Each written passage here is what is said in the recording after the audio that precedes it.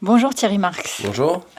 Merci d'avoir accepté notre invitation pour ce premier entretien d'une série que nous avons appelée Les Entretiens de Sedaine, organisée par la fédération, notre fédération, la coopération agricole.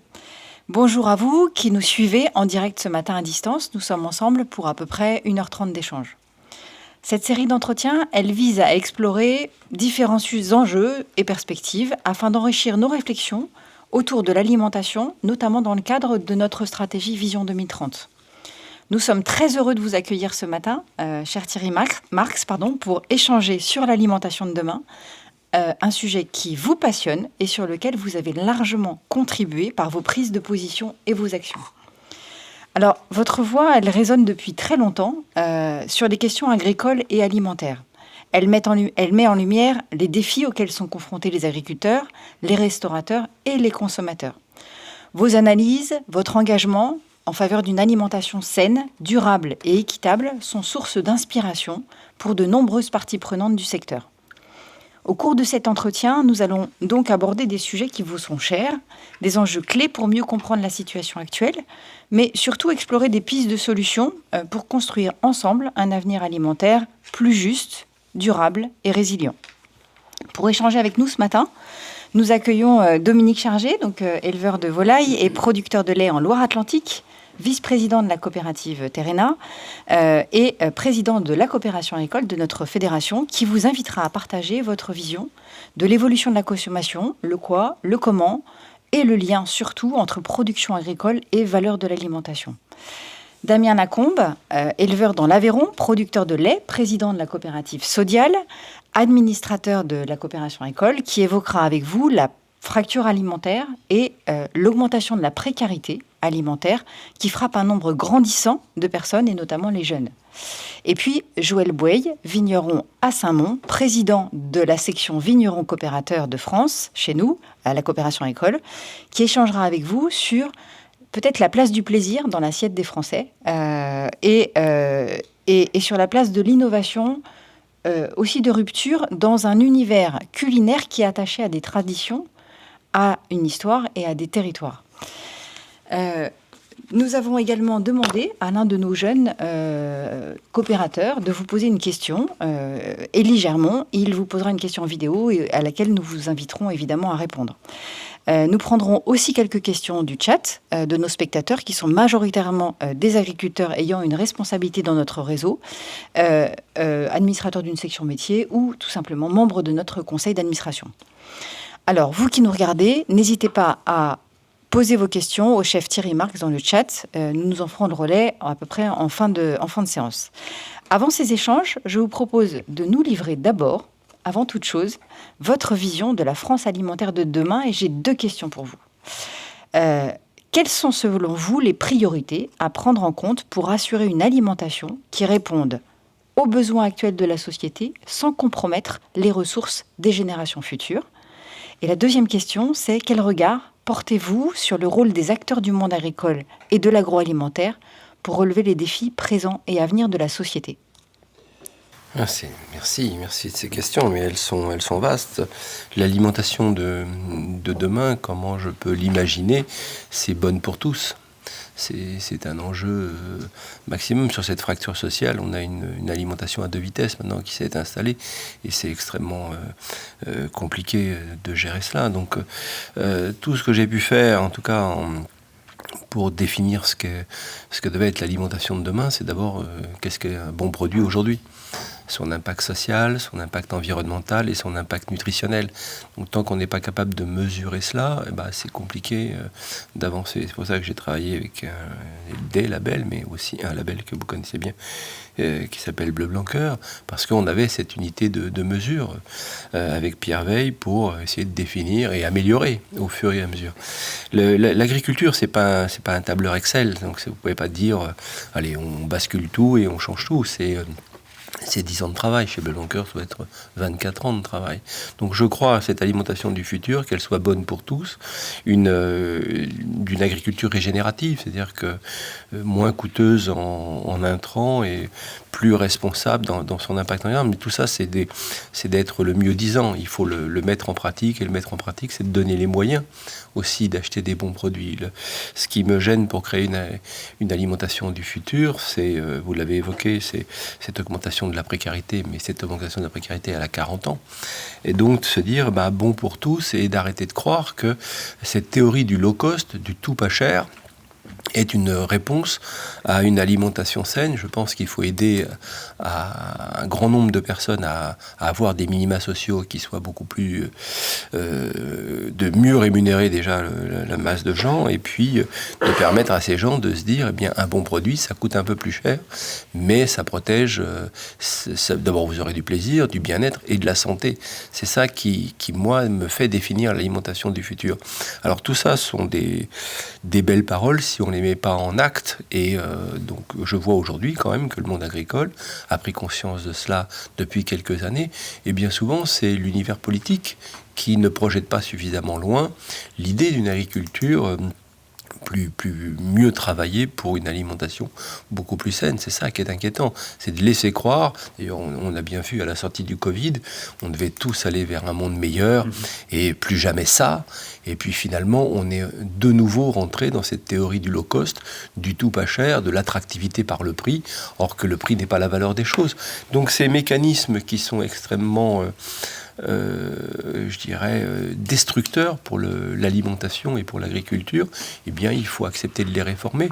Donc c'est pas, on a vu dans la dernière crise agricole que le problème n'était pas conjoncturel, il est structurel. C'est comment on définit un bon produit et comment on donne l'accessibilité à un grand nombre de personnes d'avoir accès à une alimentation saine. C'est toute la question et tout l'enjeu aujourd'hui, qui est un combat politique au sens étymologique du terme, mais c'est un combat politique. Donc pour moi, l'alimentation de demain, elle se construit aujourd'hui dans ce fléchage bon pour tous, et surtout d'être capable de mesurer ce qu'est un bon produit, son impact social vis-à-vis du monde agricole, son impact environnemental, comment on va vers une agriculture beaucoup plus régénérative, et puis son impact nutritionnel. Si vous ne mesurez pas pourquoi un œuf est bon parce qu'il est riche en oméga 3, en oméga 6 ou dans certaines vitamines, c'est pas très intéressant finalement. Vous vous dites, il y a une norme qui fait qu'il soit bio ou pas bio, et puis vous n'avez pas de référentiel par rapport à ça. Nous, artisans dans le monde de la gastronomie, au sens large du terme, tous les métiers de bouche englobent un certain nombre, c'est ce qu'on doit garantir aujourd'hui à nos mangeurs, parce qu'il faut, là aussi, il faut faire un travail de fond sur la partie scolaire des plus jeunes pour dire arrêtons d'avoir des consommateurs, il va falloir se remettre à avoir des mangeurs. Pourquoi je mange, etc. etc. Vous voyez que quand je dis que c'est un enjeu, un combat politique, c'est un combat politique au sens de la cité, au sens étymologique du terme, c'est de travailler sur toute la chaîne, du plus petit au plus grand, même pour nos aînés. Et ça, c'est un travail de fond qui peut se faire qu'en trouvant des solutions, pas en cherchant des coupables toutes les 5 minutes en disant c'est de la responsabilité d'eux, ils ne font pas bien le travail, etc., etc. Je crois qu'il faut se mettre autour d'une table, élever un peu le débat, voir un peu entre les distributeurs, l'agroalimentaire, le monde agricole, en commençant par le monde agricole, c'est quand même eux les premiers concernés pour qu'on remette tout ça dans l'axe, et le monde politique, les élus régulateurs de tout ça, parce qu'à un moment donné, il va falloir réguler, et quand je vous parle de pouvoir d'achat, il ne faut pas faire peser le pouvoir d'achat uniquement sur l'alimentation, il faut redonner du pouvoir d'achat, c'est bien évident, mais pour permettre à des gens de mieux manger, mais aussi il faut qu'ils aient l'éducation du mieux manger. Merci beaucoup Thierry. Votre regard sur le monde agricole et agroalimentaire, ce sera quoi leur rôle demain ? Est-ce que vous avez peut-être des éléments à nous Le rôle, il est évident. D'abord, on a un problème de souveraineté alimentaire. On a bien vu que là aussi, pendant la crise Covid et la guerre en Europe, c'est quand même très nouveau, que notre souveraineté risquait d'être impactée sur notre alimentation. Alors, tant qu'on ne rencontre pas cette crise du manque, eh bien, on ne s'en aperçoit pas. Mais là, aujourd'hui, où on est vraiment entouré de risques qui sont forts, qui sont visibles chaque soir sur nos écrans de télévision, on se dit, ah oui, on a intérêt d'avoir une souveraineté alimentaire, de redimensionner tout ça, et puis de regarder un peu encore une fois les enjeux environnementaux. Nous, quand on s'interrogeait sur l'alimentation du futur à Paris-Saclay, avec Raphaël Aumont, on nous disait, toutes les autres chercheurs nous disaient, mais attendez, qu'est-ce que vous venez nous embêter avec votre gastronomie, votre cuisine du futur 2050, nous allons manquer d'eau. Or que moi, je travaille déjà sur des départements où on est en stress hydrique. Citer les Pyrénées-Orientales et bien d'autres départements. Donc ça veut dire que le coût, par exemple, le coût de l'eau pour l'élevage bovin ou ovin, peu importe, déjà, il va falloir le réduire. Donc il va falloir rééquilibrer notre alimentation.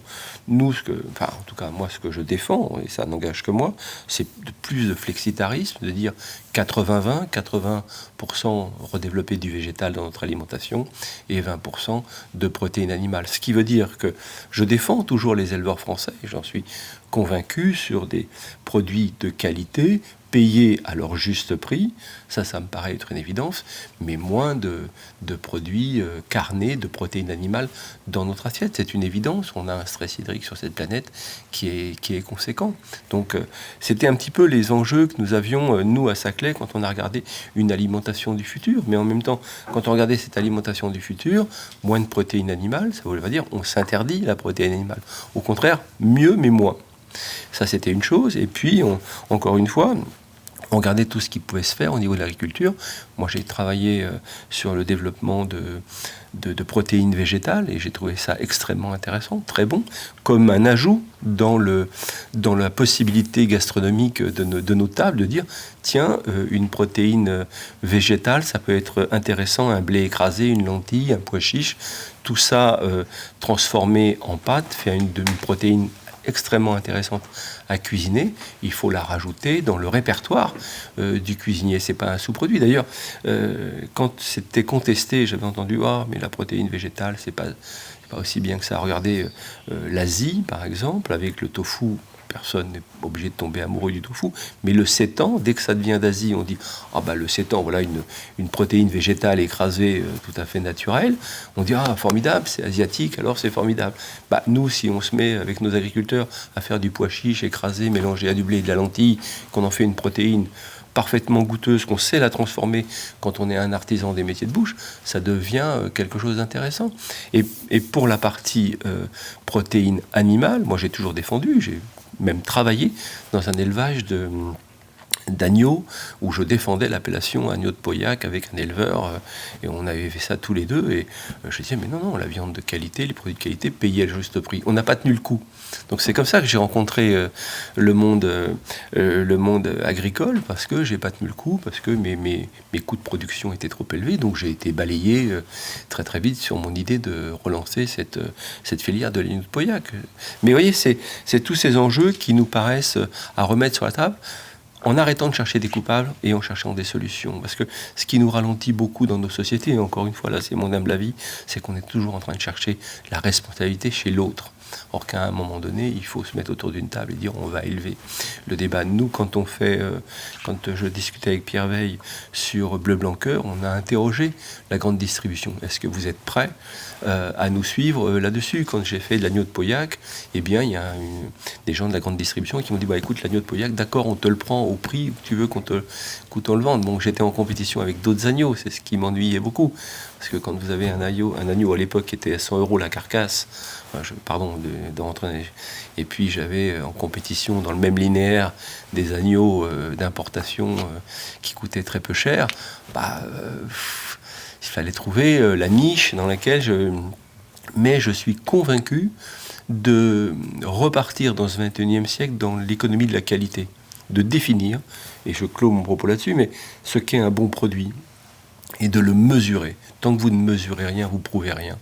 mesurer. Bon produit, son impact social, encore une fois, je le redis, son impact environnemental et son impact... Et tout ça, vous le mesurez chaque année, finalement, et vous regardez au travers des études cliniques si vous progressez. Et je pense que c'est pas en donnant des leçons d'écologie en permanence ou de dire ça c'est le bien, ça c'est le mal, qu'on fera avancer une alimentation bien meilleure. Il faut aussi régler, vous avez parlé de précarité, il faut régler ces problèmes de précarité dans nos sociétés, qui ne sont pas simplement la société française, où on voit bien que c'est nos systèmes qui ne fonctionnent plus, et c'est les systèmes qu'il faut changer, et que ce n'est pas conjoncturel. Thierry Marx, bonjour. Vous venez un petit peu de l'aborder. Moi, mon propos, il est autour, et ma question, il est autour de cette place finalement des différents acteurs. Parce que ce que l'on constate, c'est que depuis une quinzaine d'années, la chaîne alimentaire n'a cessé de détruire de la valeur. Si bien que le travail, si vous voulez, d'excellence qualitative, environnementale, gastronomique, pour lesquels la France est réputée, est un travail qui est aujourd'hui pas valorisé, qui n'est plus valorisé. En même temps, la montée en gamme, très souvent réservée et interprétée exclusivement une alimentation haut de gamme, vous en avez un peu parlé, a été perçue comme étant, et est apparue comme étant la seule solution, la seule alternative à cette perte de compétitivité pour nos filières agricoles et alimentaires. L'histoire récente nous montre que l'enchaînement des crises, Covid, géopolitiques, et également climatiques, ont fragilisé et terriblement affaibli notre chaîne alimentaire. La production agricole et la production alimentaire en France baissent, et finalement au profit d'importations aujourd'hui, qui sont plus sur des produits cœur de gamme et qui ne respectent pas les standards de production sur lesquels nos chaînes alimentaires sont engagées. Et finalement, nous ne sommes plus compétitifs sur ces productions-là, qui sont des productions et des consommations, une alimentation sur laquelle les Français se sont massivement reportés suite à la crise du pouvoir d'achat. Alors comment réagissez-vous à cette situation, et finalement, est-ce qu'elle vous préoccupe? En tout cas, nous, elle nous préoccupe. Et vous avez souvent dénoncé la course au prix bas, vous venez d'en parler, qui dénigre la véritable valeur de l'alimentation, qui tire les producteurs, qui tire les produits et qui tire finalement les consommateurs et notre société vers le bas. L'alimentation est trop souvent devenue la variable d'ajustement du budget des ménages. Je crois qu'à grand renfort de spots publicitaires au quotidien, c'est ce que l'on martèle dans la tête des consommateurs. Et tout ça a été amplifié finalement par la crise du pouvoir d'achat suite à l'inflation. Alors à la coopération agricole, nous nous mobilisons pour qu'on nous redonne les moyens de produire pour tous les lieux, pour tous les moments, pour tous les choix de consommation, et que nous soyons en capacité de reconquérir cette production, cette alimentation cœur de gamme, qui est aussi une alimentation, j'allais dire, haut de gamme, sur laquelle nous devons faire aussi la montée en gamme. Mais cela nécessite un soutien politique fort, du temps, vous l'avez dit, ce ne sont pas des mouvements que l'on fait en claquant des doigts, et qui nécessitera aussi des moyens. Donc ma deuxième série de questions, c'est quelle est votre vision sur ces sujets et quelles solutions entrevoyez-vous pour y parvenir ? C'est une question qui est très très large. Je vais essayer d'en répondre d'une seule voix. Il y a une phrase de Warren Buffett que j'aime beaucoup, et on sait que Warren Buffett n'est pas le plus grand philosophe qu'on connaisse, mais il dit « Le prix n'est pas la valeur est ailleurs ». Le prix, c'est une négociation entre deux parties. Donc ça, c'est une réponse, je crois, si nous voulons aider nos agriculteurs à l'économie de la qualité. Et je reviens sur le prix n'est pas la valeur est ailleurs. La valeur, c'est dans ce que vous allez mettre, dans cette capacité à mesurer ce qu'est un bon produit, son impact social, son impact environnemental et son impact nutritionnel. Ça, c'est ce qui me paraît le plus juste. Donc ça veut dire que vous avez parlé de quelque chose qui me choque depuis des années, depuis que je suis gamin, je crois, c'est le pouvoir d'achat. C'est-à-dire qu'on fait peser sur l'alimentation le régulateur du pouvoir d'achat. C'est scandaleux. C'est scandaleux parce que ça fait 40 ans, on a laissé croire à la génération de mes parents, parce qu'ils remplissaient un caddie de mauvais produits, qu'ils avaient du pouvoir d'achat et qu'ils pouvaient vivre avec 2 SMIC. C'est faux. C'est faux. Et il faut avoir le courage politique de le dire. Le problème du courage politique, moi j'ai rien, quand je travaille beaucoup avec les hommes politiques, c'est se projeter. Est-ce que quand vous êtes un homme politique qui souhaite être élu, vous pouvez vous projeter. C'est toute la complexité. Si sur ce plateau, on est bien entouré, vous connaissez le monde agricole bien mieux que moi, si je vous dis, vous savez, un programme agricole, c'est 10 ans. Je ne suis pas élu sur 10 ans. C'est 2 mandats, c'est plus de 2 mandats. Donc c'est compliqué de faire entrer dans cette histoire politique, de se dire que l'homme politique n'aurait pas la solution miracle qui fera qu'il va être élu et qu'il va trouver la solution. On sait que c'est faux. En tant que citoyen, on sait que c'est faux. Donc c'est à nous, citoyens, de se dire, bah non, on ne veut plus de ça. On veut des lois qui, quand on nous parle d'une loi Egalim, on veut qu'elle soit bien faite et qu'elle soit applicable. Prenons notre temps, il y a un Parlement, travaillons avec le Parlement. Et remettons en ligne ce qu'est un bon produit, son impact social, environnemental. Je le martèle parce que ça me paraît être l'essentiel. Maintenant, comment je redonne du pouvoir d'achat ? C'est ça la question. Aujourd'hui, vous avez une fracture alimentaire. Vous avez une fracture sociale qui a engendré une fracture alimentaire. Donc, une alimentation à 2 vitesses. Une alimentation pour des gens qui ont un reste à vivre suffisant et dans ce cas-là, qui ont des fois même une connaissance un peu plus élevée de ce qu'ils ont à manger. Et puis, de l'autre côté de la fracture sociale, il y a les plus démunis, ceux qui ont un reste à vivre insuffisant. Et le 10 du mois, on est à l'euro près. Donc, évidemment, j'achète un prix, plus une valeur. Et qu'est-ce qu'on voit ? Bien, on voit le marqueur de la pauvreté en France, c'est l'obésité. Le marqueur de la pauvreté aussi, c'est le diabète de type 2 dans nos quartiers qui est arrivé chez les gens plus jeunes. Donc, l'impact de l'alimentation sur le coût santé publique, il est colossal. Colossal. Donc, quand je dis que la décision, le projet politique sur notre agriculture, il doit être très large, très en perspective des 10 prochaines années. C'est pas simplement des éléments de langage et des rhétoriques de plateau de télévision. Ça sert à rien. Et autour de ce plateau, on sait que ça sert à rien. Donc, c'est-à-dire qu'il faut construire une politique agricole qui soit une politique saine, sereine, redonner les moyens aux agriculteurs pour qu'ils puissent mettre ça en œuvre et que nous, citoyens, disons non. Notre pouvoir d'achat ne s'appuie pas sur notre alimentation, de redonner-nous du pouvoir d'achat. Ça veut dire que quand vous avez en France un système de rémunération qui est le SMIC, qui est une voiture balai, qui appauvrit finalement au fur et à mesure toutes les couches sociales, eh bien vous vous retrouvez avec 2 millions de gens à l'aide alimentaire, ça c'est les chiffres aujourd'hui, et 1 million de travailleurs pauvres qui achètent des prix. Donc c'est notre problème de société structurelle. Peut-être que c'est ce monde, je ne peux pas faire le Marx de base, mais il y a intérêt à travailler sur cet esprit capitaliste qu'on entretient toujours, même si le monde s'est modernisé, et se dire, eh bien, l'économie doit avoir d'autres valeurs aujourd'hui. Quelles sont ces valeurs ? Eh bien, une entreprise mesure sa progression et par des outils de mesure qui sont les mesures d'EBITDA et on voit sa croissance, mais mesurer la croissance économique, c'est aussi de mesurer son impact social et son impact environnemental. Tant qu'on ne travaille pas sur ces sujets-là, on ne travaille pas sur le fond et on ne travaille pas sur l'alimentation. Moi, je vois aujourd'hui, et ça c'est les chiffres qu'on peut tous constater, 2 millions de gens à l'aide alimentaire et 1 million de travailleurs pauvres, plus d'1 million de travailleurs pauvres, des gens qui des fois avec 2 salaires ne finissent pas le 15e jour du mois. Donc effectivement, quand ils se retrouvent dans une enseigne, ils se disent qu'est-ce qu'il y a de pas cher que je vais pouvoir mettre dans l'enseigne. Et puis, dans l'alimentation, il y a aussi ce phénomène de déclassement. Et quand vous êtes sous le seuil ou quasiment sur le seuil de pauvreté, vous dites je ne veux pas être déclassé, donc je veux manger un petit peu comme tout le monde. Alors si c'est moins cher, je vais aller acheter de l'ultra transformé ou des produits qui ne sont pas issus d'ailleurs de notre agriculture, qui sont des fois des produits ultra transformés.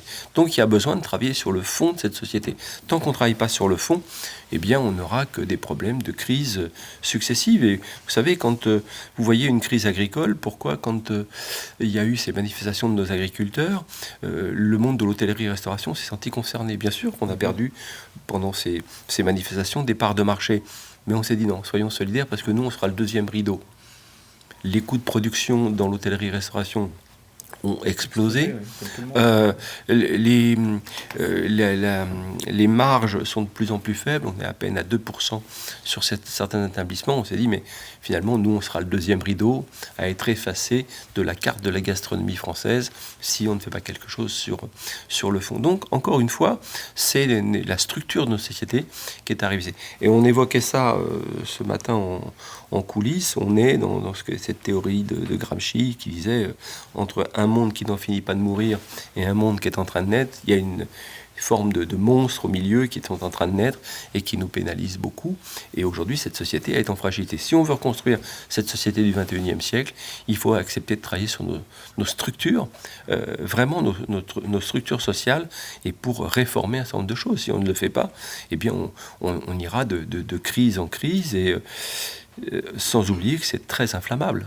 On a vu différentes manifestations. Quand on a eu des référentiels forts et même des punchlines fortes. Quand vous aviez les gilets jaunes, et ben ces gilets jaunes, moi les premiers gilets jaunes, je me souviens, nous on n'en a rien à faire de la fin du monde, c'est la fin du mois qui nous pose problème. Donc on a tous gardé ça dans un coin de notre tête. On aurait pu quasiment tous être gilets jaunes à une époque de notre vie parce qu'on loupé un certain nombre de choses ou pas réussi à notre épanouissement social. Eh bien aujourd'hui, il faut se poser les questions sur le fond et pas simplement sur la forme. Donc si je vous parle d'agriculture du futur, en vous disant ce serait mieux que... Alors si on faisait ça, non, la solution, elle est avec les agriculteurs. Et puis l'attractivité d'être agriculteur. Moi aujourd'hui, quand on me dit l'attractivité des métiers, mais pourquoi le travail ne rémunère plus ? Et j'entends les bien-pensants avec leurs éléments toujours très, très touchants de dire que le travail est une valeur, mais le travail n'est pas une valeur. Le travail est un moyen d'arriver à un épanouissement social. Donc on choisit de faire l'effort du travail, mais c'est pas une valeur. Quand un agriculteur est voire sous le SMIC, voire pas de rémunération certains mois, c'est juste scandaleux. Mais je pourrais vous répertorier tous les métiers qui, finalement, les gens s'engagent, font un métier et s'aperçoivent que, finalement, ils ne s'épanouissent pas avec le travail. Donc, pourquoi travailler ? Donc, c'est ces sociétés qui, à mon avis, sont très pénalisées par tout ça. Et à un moment donné, notre Parlement devrait s'interroger comment on élève le débat. Vous voyez, un Parlement qui est aujourd'hui très fracturé, qui n'a de sens que de s'affronter. Or, je pense qu'aujourd'hui, si on veut changer la structure des choses, il faut élever un peu le débat. Sinon, on reviendra autour de ce plateau et on dira qu'est-ce que vous feriez dans 10 ans, rien, on fera rien. Et si je continue à accepter qu'il y a un monde d'ultra riches et un monde d'ultra pauvres, ça vous conduit, on connaît, hein, l'histoire nous prouve que ça. Donc l'agriculteur, le paysan, moi j'aime l'agriculteur, c'est un truc un peu vague, je sais pas ce que c'est. Moi, paysan, il a les mains dans la terre, il redimensionne son activité, il connaît sa terre. Vous savez, moi j'ai été très critique par exemple sur les céréaliers. Je dis, oh là, les céréaliers, beaucoup d'argent. Puis alors, ils ont des terres qui sont appauvries parce qu'ils mettent des intrants et tout ça. Puis un jour, il y a un gars de la Beauce qui me dit, venez voir chez moi. C'est pas du tout ça. Je suis capable de traiter un quart d'hectare avec tel ou tel sans produit parce que je sais identifier la plante qui est malade, etc. L'agriculture a évolué. Ce qu'il faut reconnaître, c'est que les agriculteurs ne sont pas les plus grands communicants qu'on connaisse. C'est-à-dire qu'ils attendent souvent la crise pour se dire, alors maintenant on ne peut plus, on n'y arrive plus. Ce pas des gens qui aiment se plaindre, parce que c'est des durs au mal, c'est des durs au travail. Mais à un moment donné, si on veut les aider, si on veut faire le travail avec eux, il faut dire oui, le prix n'est pas la valeur des choses, il y a un prix à mettre, donc il faut que j'ai du pouvoir d'achat, et le pouvoir d'achat, c'est pas sur l'alimentation que je vais le trouver. Oui, alors je voulais qu'on revienne un peu sur le sujet de la précarité, même si vous l'avez déjà beaucoup abordé, et puis c'est un sujet qui vous préoccupe fort visiblement. Nous, au niveau des coopératives agricoles, c'est un sujet qui nous préoccupe aussi. Et j'allais dire, en tant que paysans et responsables de coopératives, on est aux côtés des Français tous les jours dans l'alimentation du quotidien, quoi. Et donc, c'est un sujet sur lequel il faut aussi qu'on travaille, quoi. Et on est en train de créer un collectif là, de coopératives qui cherchent à s'élargir justement pour chercher des solutions autour de cette précarité alimentaire, de cette alimentation à deux vitesses, comment on peut lutter contre ça. Et vous avez abordé le sujet beaucoup sous l'angle politique. Finalement, est-ce que est-ce qu'on pourrait aller un peu plus loin et voir comment on pourrait avancer concrètement et rapidement sur ce sujet-là. Il y a une question, vous avez parlé de minima sociaux, vous avez parlé aussi de responsabilité politique nationale, mais on est aussi dans un environnement européen. Donc comment on peut arriver à déplacer des lignes assez rapidement, justement, pour qu'on puisse agir, en fait, puisque c'est notre sujet à tous. Hein. Nous, on est là pour alimenter les Français avec des produits de qualité tous les jours, et donc il faut qu'on présente ce sujet-là, quoi. Non, mais moi, j'entends les coopératives et le travail des coopératives. Je regarde même dans le détail de ce qui s'y fait. Et vous avez parlé d'alimentation, et c'est vrai qu'on compte sur le monde agricole pour nous alimenter de la meilleure façon possible et de façon qualitative. Mais on n'aura pas de réponse si on ne construit pas politiquement les choses.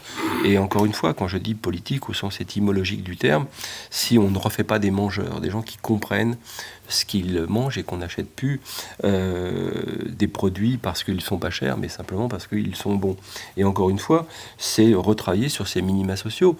Moi, ce qui m'inquiète aujourd'hui, c'est surtout ces gens qui sont dans cette fracture alimentaire et en souffrance. Quand on parle de 2 millions de gens à l'aide alimentaire, plus d'1 million de travailleurs pauvres, et j'en parlais avec une secrétaire d'État très récemment, ça veut dire qu'il faut agir sur nos systèmes. C'est nos systèmes qui aujourd'hui fabriquent de l'exclusion. Vous savez, c'est pas vieux. Au lancement des Restos du Cœur, j'ai longtemps travaillé avec Véronique Colucci sur les Restos du Cœur. C'était une amie chère. Et je parlais avec Patrice, qui est le président des Restos du Cœur, et très récemment, sur la dernière campagne des Restos du Cœur, on était comme ça, un petit peu aux arrières d'une émission. Et je lui ai dit, tu te rends compte, la parole de Coluche, il y a 40 ans, et on a quasiment doublé les gens à l'aide alimentaire en France. Donc ça veut dire bien que c'est nos systèmes qui produisent de l'exclusion.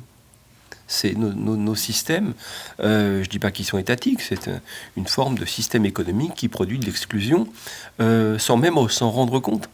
C'est terrifiant parce que la misère est quelque chose qui nous touche au plus profond de nous-mêmes. C'est un cancer qu'on verrait sous nos yeux. Et on voit des gens dormir dans la rue, on finit par trouver ça normal. C'est pas le clochard de mon enfance qui avait choisi un mode de vie. Aujourd'hui, l'exclusion fait que des gens dorment dans la rue, des gens n'ont pas de quoi s'alimenter, que le travailleur n'arrive plus à lui-même s'alimenter de façon saine. Et ça, c'est des choses qui prouvent bien que ce sont nos systèmes économiques qui produisent de l'exclusion. Donc comment on fait pour réformer d'un point de vue national, européen et international. Donc déjà nous on a la France et l'Europe, mais c'est carrément que tout le monde prenne conscience de cela et de dire il faut redonner à chaque citoyen cette possibilité de mieux manger, donc de l'instruire sur le mieux. Quand je défends l'idée d'un cours de gastronomie à l'école, ça peut faire rire sur ce plateau, ça fait rire plein de gens. On dit oh là là, c'est encore des trucs de chef étoilé, ça, des cours de cuisine à l'école. Moi je ne parle pas d'un cours de cuisine. Quand vous prenez un cours de gastronomie, vous avez un cours d'histoire-géographie. Vous avez un cours d'arithmétique, il faut savoir mesurer, diviser une recette, etc. Vous avez un cours d'hygiène alimentaire. Pourquoi je dois mieux manger ? Pourquoi je vais avoir un cours d'éducation civique ? Pourquoi l'autre ne mange pas comme moi ?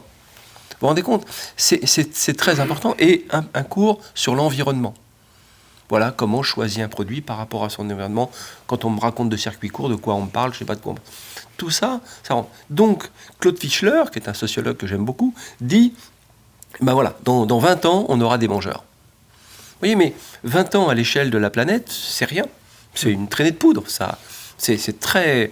Donc, ça veut dire qu'il faut, dès maintenant, travailler sur l'idée du mangeur.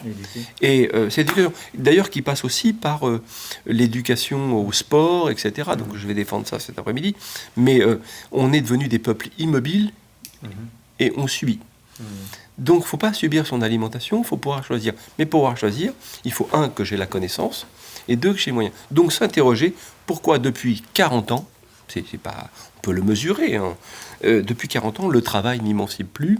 Le travail ne me permet même pas de me loger mieux, de sortir de mon extraction sociale. Il y a un sujet. Et effectivement, c'est la fracture sur la fracture sociale, c'est la partie la plus fragile qui est impactée. Et donc aujourd'hui, en termes de santé publique, quand vous voyez que là, il va y avoir un coup de rabot sur les finances publiques, eh bien, ils sont sur la santé. Et encore une fois, c'est les populations les plus fragiles.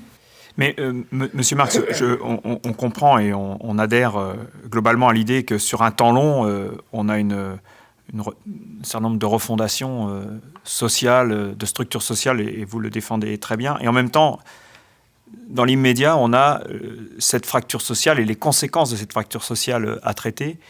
Et à la coopération agricole, sur la dernière campagne présidentielle et sur le passé récent, nous avons défendu, pour traiter le problème de l'exclusion que notre société crée, comme vous l'avez dit, nous avons défendu le chèque alimentaire. C'est-à-dire qu'aujourd'hui, le traitement social sur la seule base du don et du bénévolat est effectivement très important, mais finalement fragile.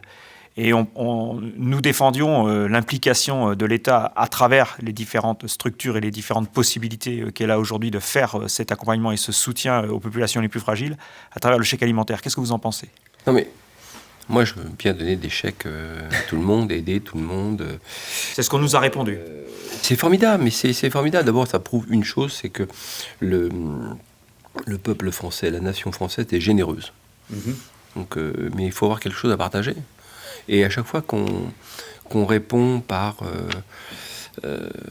une aide, par-ci, par-là, d'ailleurs on a vu les réponses sur la crise agricole, un chèque sur le fioul, un chèque sur ceci, mais ça atténue la crise. Vous savez, il y avait moi comme vous tous, pendant le Covid, je regardais les plateaux télé et tous les médecins nous expliquaient que c'était symptômes, diagnostic, traitement. Et que le traitement allait être long. Ben, voilà, les symptômes, on les connaît. Le diagnostic, je peux vous dire, mais vous auriez dit quasiment la même chose que moi. Le traitement. Donc voilà, on a le traitement, mais c'est du curatif. Il va falloir le faire longtemps. Donc, encore une fois, on pourrait avoir des chèques alimentaires, détourner les chèques, les titres restaurants pour en faire, les envoyer sur la GMS pour que les gens achètent, plutôt que d'aller dans les restaurants, achètent à manger dans la grande distribution. Ça n'a aucun sens. Ça n'a aucun sens. Ça répond à une crise du moment. C'est... vous avez un peu une névralgie, vous prenez un petit aspirine, mais vous n'avez pas un traitement de fond. Donc aujourd'hui, il faut s'entendre, encore une fois, on a des parlementaires qui sont là pour ça, c'est sur le fond. On a une société qui est en train de muter totalement, où on voit tout un tas de monde, le monde s'ubérise, on voit des fractures économiques qui sont de plus en plus sur le digital, par exemple, on voit que le digital prend une place extrêmement importante et économiquement très puissante. Or que tout ça, sur le quotidien de nos concitoyens, ça les affaiblit plutôt que ça les fait grandir.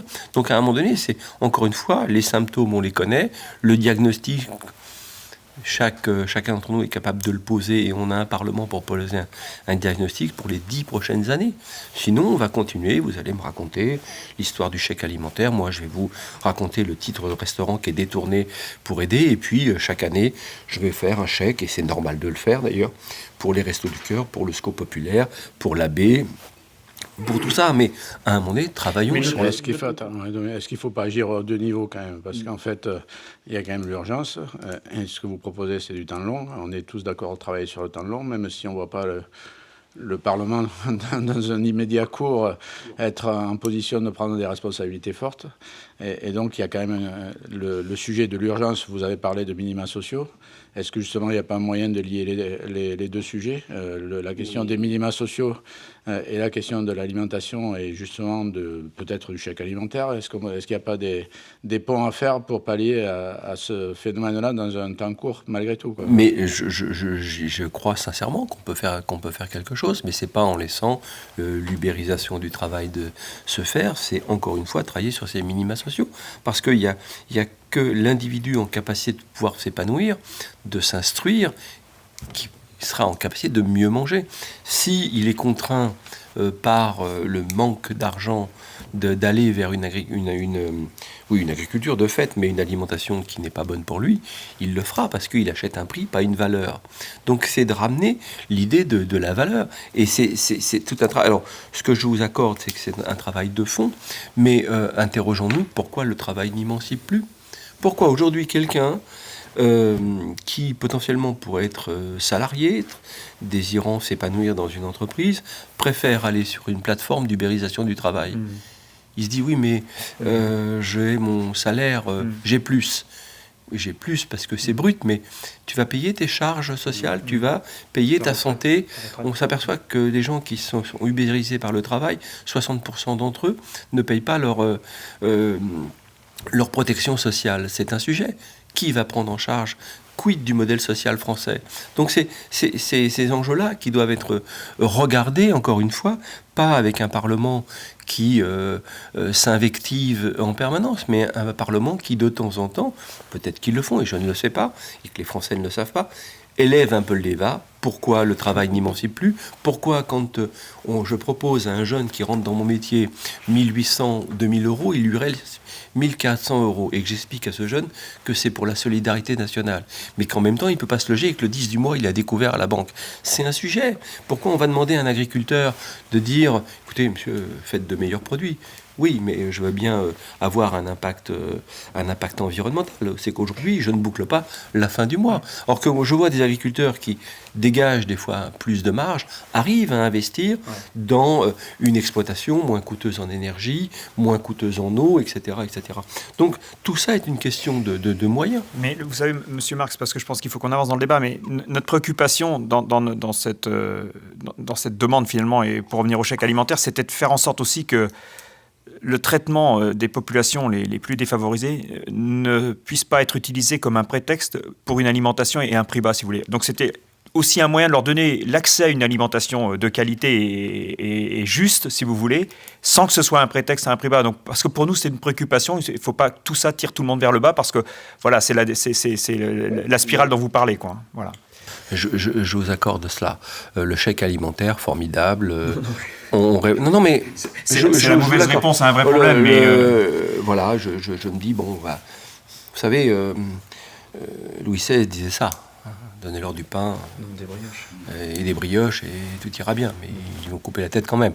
Donc, quand il y a eu le chèque alimentaire, nous, on a fait un contrepoids de ça. On a fait le ticket du bon. Et on a un magazine qui s'appelle Bon, et on a fait le ticket du bon. Et 3 enseignes nous ont suivis. Et puis 7 enseignes nous ont suivis. Dire, vous avez raison. Pour quelques centimes d'euros de plus, on peut faire un panier du bon avec des produits fléchés sains. Okay. Ça m'intéresse. Ça m'intéresse. Et qu'il y a des papas et des mamans, des foyers qui se sont dit, ouais, à 50 centimes de plus, ouais. Mais on m'a expliqué, et sur ce panier, on expliquait ce qu'était un bon produit. Et quand même qu'il allait falloir faire un petit effort de faire un œuf brouillé. Vous savez, c'est une poêle froide avec un peu de matière grasse au fond, on casse 3 œufs, et puis on y met peut-être un peu de fromage ou un peu de champignons, mais on a déjà fait un vrai plat. Donc c'est aussi de redonner ce goût de l'effort. Vous savez, en moyenne, on a 20 minutes par dîner au quotidien pour faire à manger. Donc voilà, mais il faut aussi faire connaître ce qu'est de faire la cuisine, d'acheter un bon produit et de protéger. La cuisine, vous savez, c'est simple, c'est plaisir, bien-être, santé.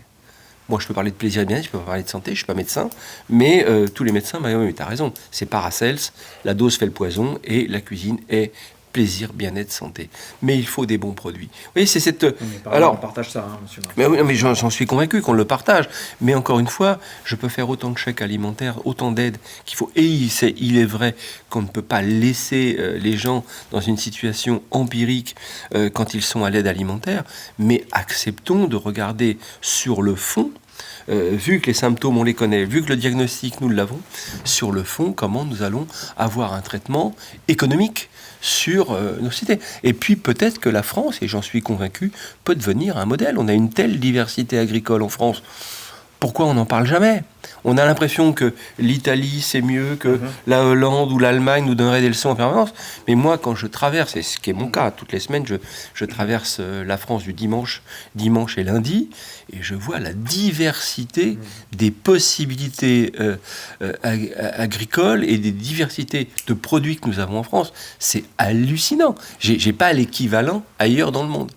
Moi, je vous propose, Monsieur Marx, qu'on réinvestisse ou on investisse le champ du bon et le champ du plaisir. Et peut-être laisser la parole à Joël pour parler un peu justement diversité, innovation. Est-ce que c'est compatible avec l'univers gastronomique et l'univers culinaire? Merci, Monsieur Marx. Une question en rupture par rapport pour le coup, avec les thèmes précédents. Aujourd'hui, la consommation de vin en France est quand même en souffrance. On voit une forme de perte de la culture de la consommation du vin avec les nouvelles générations. Et on a aussi l'impression, quand on parle de restauration, qu'il y a... est-ce que vous ressentez dans la restauration une forme de décrochage avec les jeunes générations et comment vous faites pour ramener des jeunes dans vos restaurants qui ont peut-être plus la culture des fast-food aujourd'hui? Comment vous faites pour ramener cette nouvelle génération et potentiellement ramener cette nouvelle génération à la consommation du vin qui est quand même étroitement liée à la restauration parce que c'est un sujet pour nous. Et ça, c'est ma première question. Ma deuxième question, elle est justement dans cet aspect de rupture. En son temps, la cuisine moléculaire était une forme de rupture dans la cuisine traditionnelle et gastronomique. Aujourd'hui, nous, dans la viticulture, on parle de vin désalcoolisé ou de vin totalement ou partiellement désalcoolisé. Est-ce que vous voyez ça comme une rupture par rapport au monde du vin traditionnel? Est-ce que vous voyez une place dans la restauration pour ce type de produits, de nouveaux produits? Et enfin, je conclurai, vous avez parlé tout à l'heure de plaisir, de bien-être et de santé. Et ma question finale, ce serait, est-ce qu'on doit opposer le droit au plaisir au devoir de santé? Sous-entendu, on est souvent la cible de lobbyistes du non-alcool complètement. Et que nous, on pense qu'une consommation modérée est tout à fait envisageable. Donc voilà un peu les trois axes. Ah oui, vous m'avez posé 1000 questions. Alors je vais élaguer très très vite moléculaire. Comme ça, on va aller... D'abord, moi je pars toujours du principe qu'il n'y a pas de conflit entre tradition et innovation. Tradition est un repère que nous devons garder. Et l'innovation, c'est autre chose, c'est être en rupture, déranger des cercles pour voir ce qu'on pourrait détecter comme signaux faibles qui nous fassent progresser dans quelques années. Je pourrais vous citer énormément de sujets sur le sucre, sur l'agriculture, en projetant les choses. C'est-à-dire que moléculaire, c'est pas une tendance de cuisine, ça nous a permis d'avoir une chaire universitaire d'ailleurs aujourd'hui, de dire projetons, c'est quoi la gastronomie et la cuisine de 2050-2070. 2050, globalement, on y est. 2070, c'est quoi? Et on a vu un certain nombre de signaux faibles s'allumer sur l'agriculture, sur le moins de sucre, le moins de gras, tout un tas de choses qui nous ont permis de corriger, d'avancer sur des essais. Alors l'innovation, c'est 2% de gens qui vont vous suivre au départ. D'abord, c'est ce que dit Schopenhauer, on va d'abord vous moquer gentiment, après on va durement vous critiquer, vous êtes le fossoyeur de la gastronomie française, puis après on dit « Oh là, mais c'était une évidence, oui, le sans-sucre, tout le monde veut faire du sans-sucre maintenant, la saccharose, c'est pas très bon pour la... » Bon, voilà. Donc moléculaire, c'était pas une tendance de cuisine, c'était une boîte à outils. D'ailleurs, on est devenu chaire universitaire grâce à Sylvie Rotaillot et Raphaël Aumont. On est une vraie chaire universitaire où on est interrogé évidemment par d'autres universités, Stanford et d'autres, Harvard à une époque, etc. Donc c'était bien d'avoir, et de continuer d'ailleurs, d'abord de ramener le monde universitaire près du monde de l'artisanat et le monde de l'artisanat près du monde universitaire pour essayer de travailler en commun. C'est comme ça qu'on découvre le Blanquer, d'ailleurs. Qu'on découvre le monde agricole et ce qu'on peut faire, et ce qu'on apprend du monde agricole. Donc, qui nous disent, mais attendez, c'est pas du tout ça, quand vous parlez d'intrants, c'est pas ça, on va vous expliquer, etc. Bon, après, je vais vous parler des jeunes, parce que je ne le suis plus. Donc j'essaie de le rester, mais je vais parler des jeunes. On me dit, Les jeunes, c'est le fast-food. Non. Non, pas du tout. Oui, c'est une alternative, ils vont au fast-food, mais ils ne sont pas tout burger, ils ne sont pas tout kebab. Faites-leur un plat à 15 €, poulet grillé, sauce béarnaise, avec quelques petites pommes sautées, mais vous remplissez votre restaurant avec des jeunes. C'est une attractivité par le prix. Le jeune a un pouvoir d'achat bien souvent qui est très faible. Il a besoin de se retrouver. Il a besoin de commensualité, de partager des repas avec d'autres. Donc il est parfaitement enclin à aller dans les restaurants. Le problème, c'est la barrière du prix. Donc à chaque fois que je découvre des restaurants, et il y en a, et tant mieux, d'ailleurs fait par des jeunes, qui défendent une gastronomie très brasserie parisienne, c'est complet. C'est complet, avec des volailles bien sourcées, avec des œufs bien sourcés, avec une cuisine plutôt bien faite, et ce sont, comme on dit dans notre jargon, de vrais tauliers. Donc le jeune, aujourd'hui, il a encore une vraie attractivité à la gastronomie. Le problème, c'est que la gastronomie française, il va peut-être la découvrir plus tard que moi je l'ai découvert. Moi, je l'ai découvert dans mon foyer, chez mes grands-parents, or qu'aujourd'hui, ils ont d'abord découvert peut-être la cuisine italienne, la cuisine turque, la cuisine grecque, la cuisine américaine autour de ces burgers. C'est vrai, ils vont arriver dans la cuisine française beaucoup plus tard. Mais si le prix est attractif, eh bien, ils se disent, ouais, non, mais nous, on aime bien les restos français, et je peux vous recommander 3-4 adresses où vous pourrez vérifier ça. Le vin, même combat, ils ne sont pas anti-vin. On leur dit, mais le vin, mais à ce prix-là, dans un restaurant, je ne prends pas. Donc, je vais peut-être aller goûter le vin sans conseil, l'acheter au supermarché, mais au restaurant, je peux me le... Donc, c'est à nous, restaurateurs, d'étudier un petit peu les vins ouverts, comment on va... Et puis, quand on parle de vin, on parle de dégustation. Moi, je ne parle pas de s'enivrer autour du vin. Et qu'il y ait une réglementation à ce sujet, ça me paraît normal.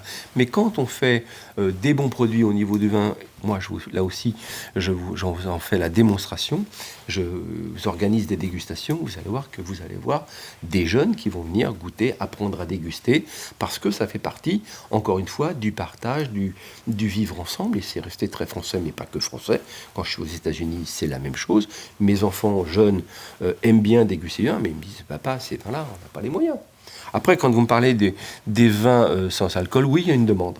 Oui, il y a une demande, elle est faible, elle grandira peut-être. On a aussi amené des thés en bouteille aujourd'hui qui répondent aussi à des besoins de gens qui ne boivent pas d'alcool, des communautés qui ne boivent pas d'alcool, mais on veut les accueillir dans nos restaurants.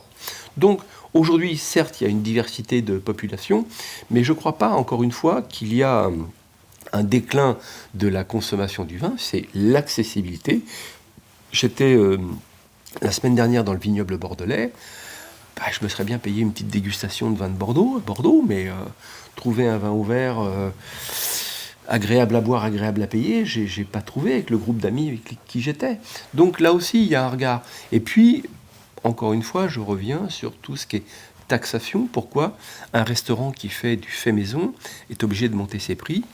Augmentation des coûts matières premières, augmentation des coûts du travail et augmentation de l'énergie. Dans quelques années, votre assiette, même vide, représentera 15% de coûts d'énergie, d'eau, etc. Donc, tous ces coûts, bien souvent, on les reporte sur... Et évidemment, on perd en attractivité au profit de gens qui savent, avec de moins bons produits, faire manger les gens pour qu'ils se retrouvent. Mais l'idée que les jeunes ne seraient pas intéressés par une gastronomie, non, ils sont pénalisés, comme tout à chacun, par l'accessibilité. Donc ça veut dire que, là encore une fois, il n'y a pas, sur ces symptômes, on vient de faire ensemble le diagnostic, mais voilà, qu'est-ce qu'on fait ? Moi, si je prends simplement un restaurant, je vais vous donner un chiffre qui vaut ce qu'il vaut, c'est un chiffre bilanciel. Quand un restaurateur fait 100 000 € de chiffre d'affaires, il lui reste 2 000 €. Si c'est un excellent gestionnaire. Donc les moindres turbulences sur l'énergie, sur les coûts matières premières, sur les coûts des charges salariales, eh bien effectivement, il n'a plus de marge pour vivre. Donc c'est encore une fois sur ce fond qu'il faut... Moi, je vous donne un avis qui n'engage que moi. Ça pourrait hérisser le poil de Bercy. Faites-moi une TVA à 5,5 sur le plat de jour du midi. juste une TVA à 5,5. On a tous des logiciels de caisse où on peut le faire. Vous faites une TVA à 5,5, mais vous obligez le restaurateur à faire du fait maison, un plat du jour fait maison avec des produits français, faits en France, transformés en France. Quand je parle d'abattage, etc., etc. Et vous lui faites une TVA 5,5 avec une dégustation de vin ouvert, par exemple, d'un viticulteur. Vous verrez que vous allez re-remplir les restaurants parce que vous aurez une attractivité avec un menu à moins de 20 € ou à peu près, et vous aurez de l'attractivité. Donc, encore une fois, on a tellement taxé les choses qu'aujourd'hui, on est écrasé par ces taxes. Et effectivement, quand vous ne dégagez plus rien, eh bien vous dites sur quoi je vais pouvoir couper. Alors, je coupe sur le coût matière. Bien, le poulet label que j'aurais pu me payer, je peux pas. Vous savez, quand je vais vous donner un chiffre, moi je l'ai gardé à l'esprit parce que c'est un chiffre historique. Le prix d'un bistrot dans les années 70. Monsieur, ouvrier qualifié, le notaire de province, on allait dans un bistrot, ça coûtait combien? Ça coûtait 1 heure de SMIC. Voilà. Et vous mangiez du fait maison et vous aviez, moi je connaissais certains restaurants où j'allais avec mon grand-père, 5 francs, à l'époque tout le monde a oublié cette monnaie, mais 5 francs, vous aviez une entrée, un plat ou un plat, un dessert avec un pichet. 30 centimes. Avec un pichet. Donc, je dis pas que... Voilà, mais à un moment donné, on s'est éloigné totalement de tout ça. Aujourd'hui, l'heure de SMIC, elle est chez le boulanger, qui est devenu restaurateur d'ailleurs. Il met de la salade dans du pain et... Voilà, donc c'est le sujet aujourd'hui, c'est ces taxations finalement qui pèsent fortement sur notre capacité à pouvoir consommer des bons produits. Moi, encore une fois, faites-moi une TVA à 5,5 sur un plat du jour, vous allez voir que les plats du jour vont exploser, et là aussi la taxation sur les vins. Et après, vous me parlez de santé, c'est la dose, disait Paracels, qui fait le poison. Bien sûr que je suis pour la protection de la santé, pour travailler sur toutes ces addictions liées à l'alcool et à bien d'autres choses, mais qu'à un moment donné, quand on parle de vin en France, on parle de qualité. Moi, j'ai vu tout un tas de vignobles, et vous le savez mieux que moi, qui n'étaient pas des vignobles très connus, qui étaient plutôt des vignobles qui faisaient des gros rendements, qui aujourd'hui, quand vous regardez ce que fait le Val-de-Loire, ce que fait le Muscadet, ce que fait la région PACA, certaines régions qui se redéfinissent en région viticole aujourd'hui, il y a des choses qui sont sublimes à déguster. Mais la succession de taxes qui fait que quand ça arrive sur le comptoir, c'est beaucoup trop cher, là aussi, il y a un sujet.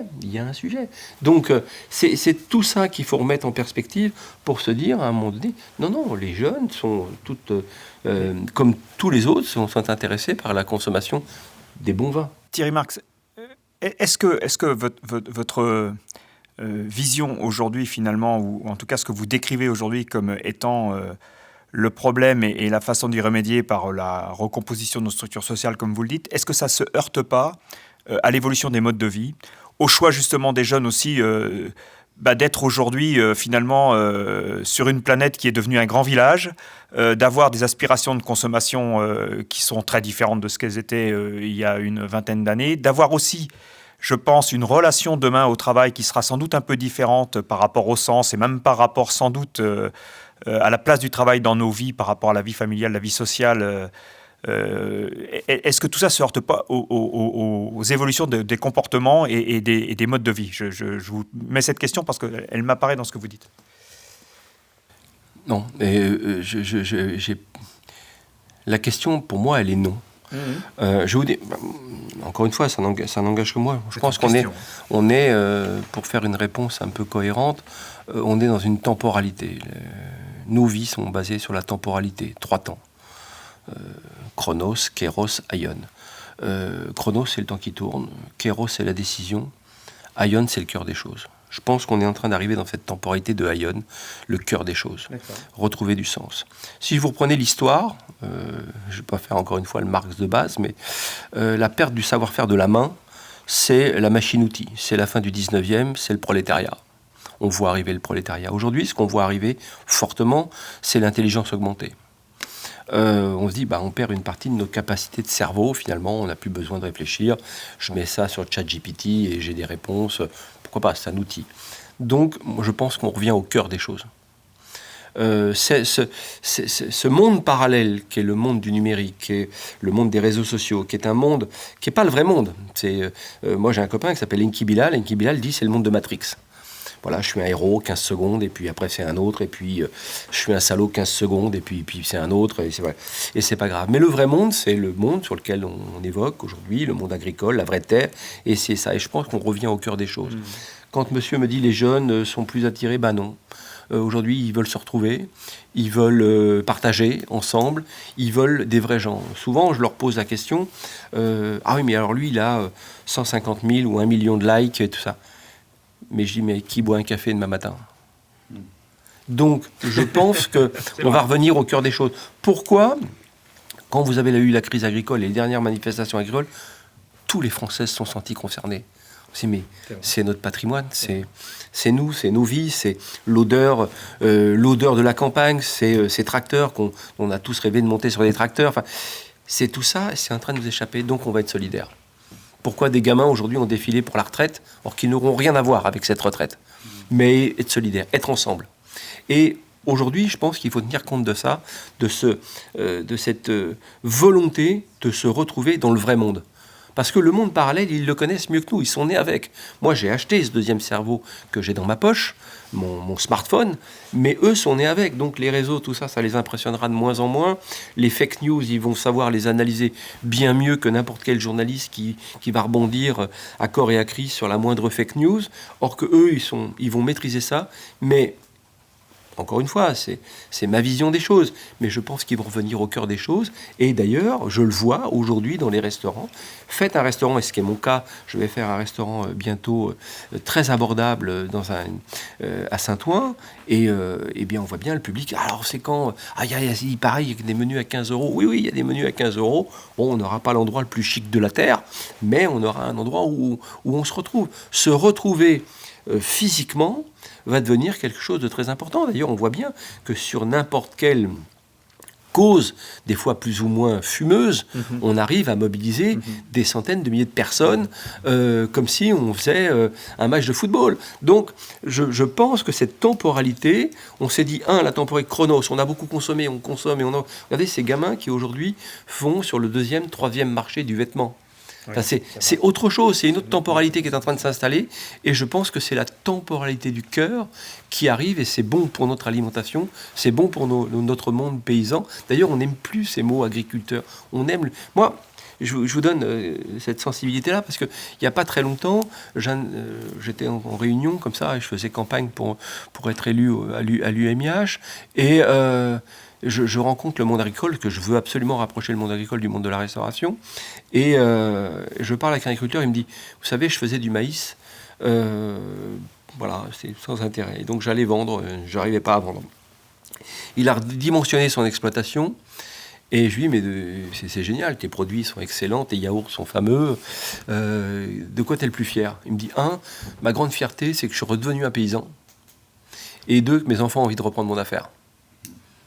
Donc ça veut dire qu'on touche le cœur des choses, et que, oui, le monde économique va être obligé de se faire... Et la force vive aujourd'hui, ce sont nos jeunes qui se disent stop à cette conso.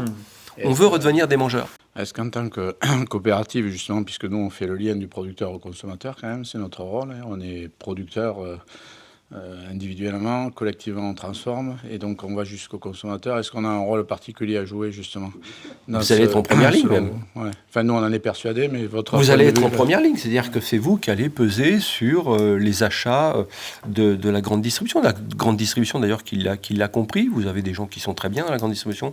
Moi j'ai rencontré plusieurs fois M. Schleicher de Système U, j'ai rencontré beaucoup de gens, Thierry Cotillard d'Intermarché, des gens qui se sont dit oui, on a une vraie relation avec le monde agricole. Le patron de Lidl dit il faut pas que ce soit faux, parce que les agriculteurs sont assez clairs avec ça. Arrêtez avec le baratin de l'agriculteur qui est photographié sur son tracteur, qui fait les linéaires de supermarché, mais finalement on lui a pas payé le prix. Mais il y a toute une chaîne, et encore une fois dans cette temporalité, pour revenir au cœur des choses, définir ce qu'est un bon produit, et que le moyen soit donné à des gens aux plus modestes de se dire non, attendez, vous avez votre libre arbitre, vous pouvez choisir ce qu'est un bon produit, parce qu'on va mesurer ce qu'est un bon produit. Et c'est le rôle de la coopérative, il est là, il doit y avoir moins de monde entre la distribution et vous. Des intermédiaires.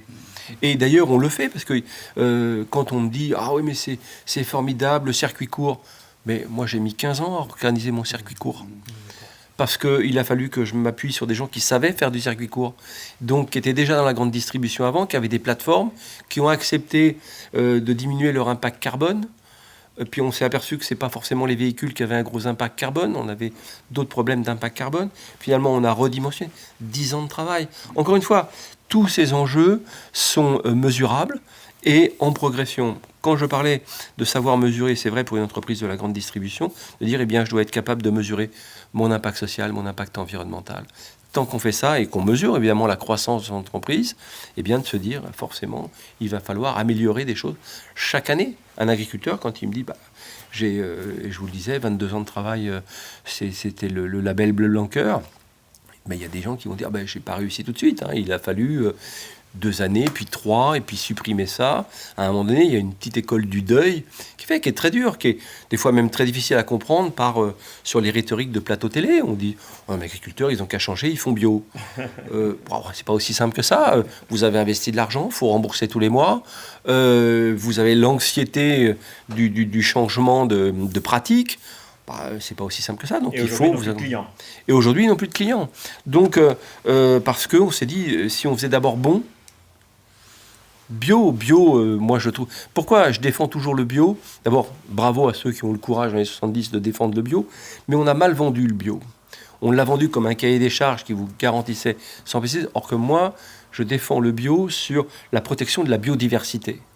Je pense qu'on aurait mieux compris le bio sur le long terme si on nous avait expliqué que c'était pour protéger la biodiversité. Mais moi, je trouvais sympathique et efficace de commencer par le bon, définir bon, impact social, environnemental et nutritionnel.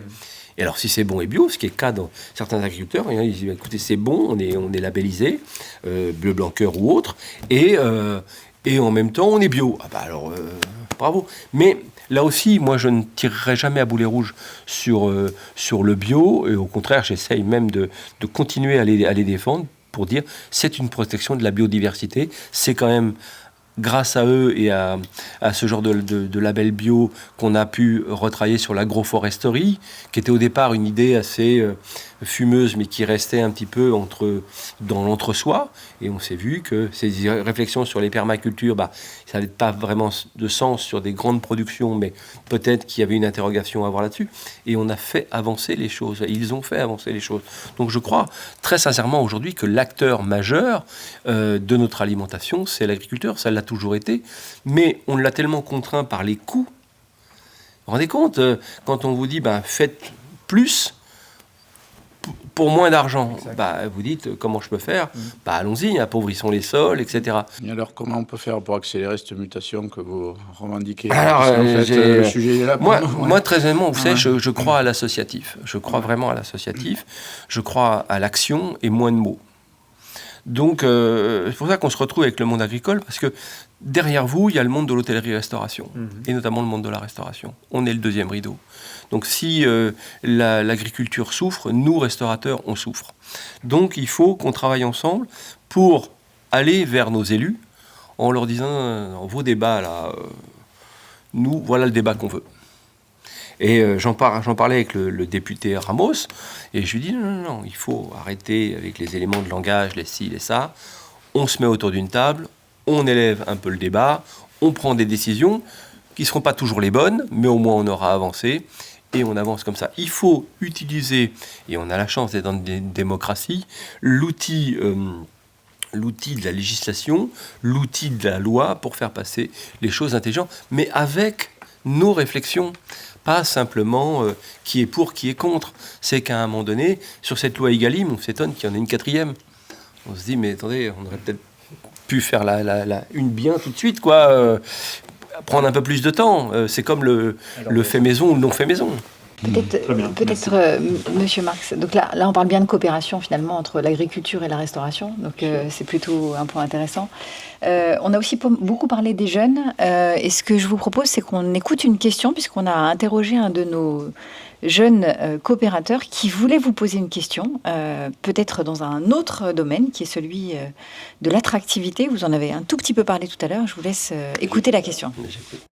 Bonjour chef, je m'appelle Élie Germont et je suis associé coopérateur dans la coopérative Agrial. Je suis éleveur de vaches laitières dans le Maine-et-Loire. J'ai une question pour vous. Comme l'agriculture et l'industrie agroalimentaire, le secteur de l'hôtellerie et de la restauration peine à recruter. Quelles sont les pistes de réflexion et de solutions que vous envisagez pour donner envie aux jeunes de s'investir dans vos métiers dont nous pourrions nous inspirer? Merci. Non, c'est une très bonne question. L'attractivité métier. Pour lui comme pour moi, ça passera par plusieurs facteurs. D'abord, être heureux dans ce qu'on fait. C'est-à-dire que j'ai choisi un métier, je m'y sens bien, mais il faut que je sois heureux. Et pour être heureux, il faut que socialement, je puisse vivre ma vie et projeter ma vie. Et les hommes n'ont pas tant changé que ça. Hein. Ils veulent bien souvent pouvoir se loger dignement et de façon confortable. Ils veulent avoir des enfants et que ces enfants puissent faire des études. Donc ça veut dire que ça passera aussi par l'attractivité de rémunération. Et ça, il faut qu'on revienne un peu sur ce qu'a dit le prix d'un produit n'est pas sa valeur. Il faut que tout ça entretienne la capacité à pouvoir rémunérer des personnes dans de bonnes conditions et surtout en leur permettant aussi la montée en compétences pour que cette rémunération suive. Encore une fois, je considère que le travail n'est pas une valeur, c'est un moyen d'épanouissement dans sa activité métier. Et puis après, cette société, elle a beaucoup de... quand on parle d'attractivité métier, la cause du non-retour des fois vers certains secteurs d'activité n'est pas simplement liée à l'offre d'emploi. Si je vous parle de l'hôtellerie-restauration, c'est 200 000 postes qui nous manquent chaque année. Et sur quoi ça bloque? La rémunération, pas vraiment. On a augmenté les salaires de 16%. C'est peut-être probablement pas suffisant, mais en tout cas, on l'a fait. On est la seule industrie à l'avoir fait. Donc ça, c'était une première réponse. On s'est dit, bon, alors maintenant, on peut y aller. Ben oui, mais problème de logement. Vous voyez bien qu'aujourd'hui, pour loger un collaborateur, le logement, même le logement social, est en terrible défaut. Donc, c'est-à-dire que aujourd'hui, que ce soit les acteurs agricoles ou les acteurs de l'hôtellerie-restauration, bien, on peine à trouver des logements qui se louent maintenant sur des plateformes de meublés touristiques et qui ne sont plus disponibles pour la location. Donc il faut qu'on amène des réponses sur le logement pour garder aussi... C'est vrai, quand vous faites venir un jeune et qui doit se loger à 3 heures ou 2 heures de son point de travail, c'est impossible dans le monde agricole comme dans le monde de l'hôtellerie-restauration. Donc il faut qu'on travaille sur le logement et la montée en compétences, la formation professionnelle. Si vous n'avez pas ces 3 axes, eh bien, c'est compliqué de garder dans nos métiers des personnes. Vous savez, moi j'ai un grand-père qui disait toujours, tu sais, une bonne société, c'est quand un ouvrier peut devenir ouvrier qualifié, d'ouvrier qualifié, à l'époque il disait contremaître, il disait pas cadre, et que cadre il puisse devenir artisan, donc petit patron. Il disait, c'était ça l'escalier social. L'ascension sur une société qui devait reposer sur 3 pieds. C'est le tabouret. Moi, quand j'étais gamin, la dame qui tirait les vaches dans le Lot avait un tabouret accroché à ses fesses et il y avait 3 pieds. Mon grand-père avait même désigné une société qui va bien, elle repose sur 3 pieds. Le pied du régalien, le pied de l'État, solide, protecteur. Le pied privé de les entreprises qui arrivent à se développer et créer de la richesse pour le pays, et le collectif. Une fois que ces 3 pieds sont réunis là. Donc l'attractivité métier, et je reviens à ça, je m'en suis un peu éloigné, eh bien, elle est de montrer qu'en choisissant un métier qui nous plaît, finalement, socialement, on va pouvoir s'épanouir. Sinon, on abandonnera très vite. C'est très difficile de dire à un jeune qui rentre dans une activité telle que, où il faut de la passion. Vous ne rentrez pas dans le monde agricole par hasard. C'est qu'à un moment donné, vous avez une attractivité pour ce mode de vie, pour cette capacité à travailler dans cet univers. Mais à un moment donné, il faut que vous puissiez gagner votre vie, vous former, monter en compétences et de projeter votre vie. De projeter une vie épanouissante. Si c'est pour projeter une vie de malheur et de pauvreté, vous dites, bon, tout ça sert à rien. Et autant aller travailler dans d'autres secteurs d'activité. Donc l'attractivité, vous voyez, c'est très large. C'est pas simplement qu'une question de rémunération, il y a tout un tas de phénomènes d'épanouissement, et notamment celui de la formation professionnelle, de la montée en compétences. Et d'accueil, bien évidemment. C'est-à-dire que moi, quand j'étais gamin, je voulais être... ça m'intéressait beaucoup, le monde de l'agriculture. J'étais allé me présenter à l'école du Reux, à côté de Rennes. Et j'ai fait l'entretien avec le responsable de l'école, qui me dit, mais... vos parents sont paysans? Je lui dis non, pas du tout. Il dit mais qu'est-ce que vous faites là? J'ai rien pour possible, vous. bah oui. Passez votre chemin. Je suis pas sûr qu'on me dirait ça aujourd'hui. Non, bien sûr que non. Bien sûr que non. On dirait soyez je me bienvenus, souviens, monsieur, aujourd'hui. Mais il ne pouvait pas comprendre. Donc c'était aussi montrer que le monde agricole est parfois un monde assez siloté. Et il y avait une étanchéité très très forte. Et il y a un sujet que nous avons aussi en commun avec les agriculteurs, c'est la transmission des patrimoines. C'est une taxation absolue. Quand vous voulez, dans un secteur rural, vendre votre hôtel, votre restaurant, les taxes vous tombent dessus et finalement, on ferme l'établissement, le fonds de commerce ne vaut plus rien et l'outil se dégrade. La transmission d'un patrimoine de travail est une complexité absolue en France. Il faut alléger tout ça. Peut-être pour rebondir un peu sur ce sujet-là de l'attractivité, j'ai une question d'un téléspectateur qui nous dit vous avez notamment évoqué la nécessité de permettre aux citoyens de passer du consommateur au mangeur et d'un travail de fond à organiser avec le système éducatif. Donc une question plutôt relative à ce système éducatif. Avez-vous engagé ce type de discussion ou de réflexion dans vos différents engagements? Estimez-vous que le travail qui est réalisé aujourd'hui avec le système éducatif est en adéquation avec l'urgence de la pédagogie et de l'attractivité aussi auprès des jeunes? Est-il suffisant pour obtenir la rupture sociétale dont nous avons besoin? Donc question à multiples tiroirs, mais qu'on peut recentrer sur la question de l'éducation in fine. Mais très honnêtement, encore une fois, il faut arrêter de parler d'urgence.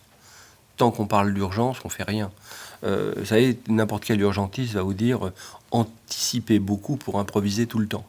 Donc l'urgence, à un moment donné, il faut regarder ce qui se passe dans cette urgence, comment on va traiter l'urgence.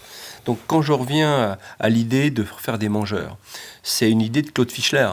Claude Fischler est un sociologue qui a beaucoup travaillé sur l'alimentation et il nous dit il faut former, c'est l'école. Et quand vous parlez d'un cours de gastronomie à l'école, les 4 ou 5 ministres que j'ai pu rencontrer dans différents gouvernements, mêlez-vous de ce qui vous regarde, monsieur. Ah oui, c'est pour faire un cours de cuisine. Ah, c'est marrant, bravo. Non, c'est pas un cours de cuisine, c'est un cours de gastronomie. C'est beaucoup plus large que ça. Donc j'en ai parlé à un monsieur que j'aime beaucoup, qui parle merveilleusement bien de l'agriculture, c'est Éric Orsena. Et Éric Orsena, je lui dis, toi, voilà, t'es académicien, propose à l'éducation nationale un vrai programme pédagogique dès l'âge de 6 ans sur un parcours gastronomique jusqu'à l'entrée au collège. Et je pense qu'il y a des gens qui sont référents dans l'éducation nationale, qui sont des grands référents de l'éducation nationale, qui pourraient proposer cela. Nous, en tant qu'artisans, on passe pour des marchands qui voudraient vendre leur soupe. C'est pas l'idée. Moi, l'idée du cours de gastronomie, c'est, comme je l'ai évoqué, c'est que ça touche l'histoire-géographie, la grammaire et l'orthographe, l'éducation civique, l'éducation alimentaire et la connaissance du produit dans son impact environnemental. Voilà, c'est un vrai sujet qui peut aller jusqu'au collège, avec un vrai programme. Et justement, c'est pour réparer cette fracture sociale. Moi, ce qui m'inquiète, c'est ces fractures sociales qui sont de plus en plus dures et de plus en plus inflammables. Donc ça veut dire qu'aujourd'hui, il faut travailler sur des populations de plus en plus jeunes pour qu'on construise une société plus rattachée, plus unie. Encore une fois, quand je vous parlais d'un équilibre de société, l'équilibre de l'État, le pied de l'État et la force de l'État et sa force protectrice, le pied du privé, qui a une grande part de responsabilité, qui ne doit pas aller beaucoup plus loin, mais qui a une part de responsabilité, et ça c'est le rôle du monde de l'entreprise, et le collectif. Mais si les deux premiers pieds ne fonctionnent pas ensemble, le collectif ne suit pas, et il est fracturé. Donc aujourd'hui, cette société, elle est fracturée parce que je pense qu'il y a une rupture des équilibres. Donc ça touche tout le monde. Et l'alimentation est très impactée là-dessus. Mais quand nous constatons le déficit de l'alimentation et la dégradation de notre alimentation, qui pèse beaucoup sur des populations extrêmement fragiles, quand on met au bout de cela le coût de la santé, vous déséquilibrez encore plus Donc, vous voyez, quand on parle du paysan, tout ça a l'air très poétique, très sympathique. Quand on parle du cuisinier, c'est très sympathique. La restauration, c'est très sympathique. Le fait maison, c'est très sympathique. Ou le pas fait maison, c'est très sympathique aussi. Mais traitons le fond, la totalité. Donc, moi, je veux bien. Mais si vous n'avez qu'un consommateur qui dit fait maison ou pas fait maison, du moment que je peux l'acheter, tout ira bien. Et que je constatais que de la tomate arrivant d'Espagne ou du Maroc, eh bien, disparaissait très vite parce que le coût était très abordable et que la tomate française n'était pas vendue. Et les personnes qui étaient dans la grande distribution disaient, mais regarde, les gens achètent un prix, pas la valeur. Donc, encore une fois, je reviens sur l'idée qu'une société qui va mieux, c'est une société qui a les moyens de pouvoir manger mieux avec l'éducation qui va avec. Sinon, vous ne gagnez sur aucun tableau. Donc, c'est ces mécanismes. Mais il faut aussi arrêter de croire, quand on est français, de s'auto-flageller que c'est que chez nous. Moi, je rencontre ça partout. Un peu moins dans les pays du Sud, un peu moins sur l'Italie, parce que il n'y a pas eu cette rupture entre le monde agricole et le monde du consommateur. Entre le champ et l'assiette, il n'y a pas eu cette rupture. Vous mangez encore pas cher et bon. D'ailleurs, il y a une phrase, on dit en italien, je ne sais pas le dire en italien, mais on dit agréable à manger, agréable à payer. Ben, vous trouvez une polenta, un petit verre de rosé, et allez, vous êtes à 15 €. Bon, vous avez mangé, mais ils n'ont pas rompu cette relation avec le monde agricole. Mais le monde agricole a aussi une part de responsabilité là-dedans. Le nombre d'agriculteurs qui ont arrêté de faire un jardin, le nombre d'agriculteurs qui se sont dit bon, c'est pas mal, de toute façon, on a un supermarché à 20 km, autant aller au supermarché.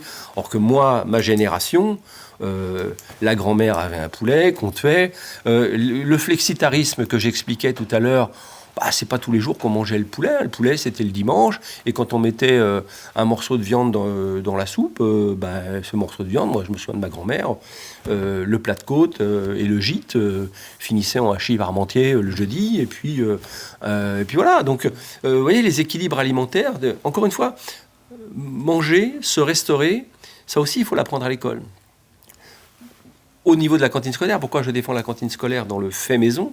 Parce qu'à un moment donné, ce fait maison va dire, alors moins de choix, 3 entrées, 3 plats, c'est peut-être beaucoup. On va faire 2 entrées, 2 plats, moins de gaspillage alimentaire, mais on va arrêter les produits ultra transformés. Et vous allez voir que petit à petit, mais c'est du travail au long cours, c'est pas du travail en one shot.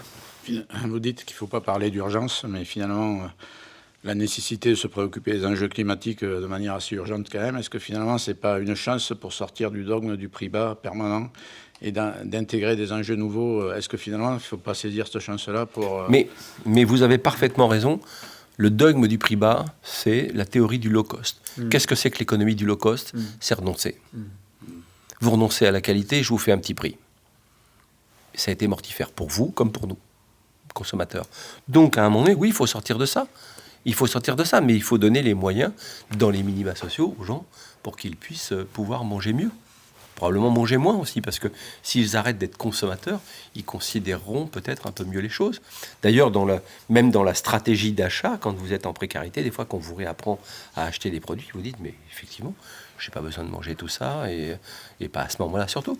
Mais vous avez cette théorie du low cost, c'est une théorie du renoncement. Quand j'ai dit ça un jour, il y a un économiste qui m'a écrit, qui m'a dit, vous avez raison, en fait, cette théorie du low cost a tué tout le monde. Enfin, pas tué vraiment. L'agriculture, notre industrie. Regardez notre industrie aujourd'hui. On s'est dit, ah oui, c'est moins cher de faire fabriquer en Chine, et c'est ça. Aujourd'hui, même notre réindustrialisation, il faudra 10 ou 15 ans. Et encore, si on peut tout reproduire. Donc, vous voyez, c'est ce mécanisme du low cost, il a été... Et le pire de ce que j'entends souvent, et encore sur des plateaux de télévision, oui, mais pour ceux qui n'ont pas les moyens. Alors, ceux qui n'ont pas les moyens, ils peuvent renoncer à la qualité. C'est scandaleux. C'est scandaleux. Dit des fois, même de la bouche d'un journaliste, on dit, mais quel droit vous dites ça ? C'est un renoncement à la qualité.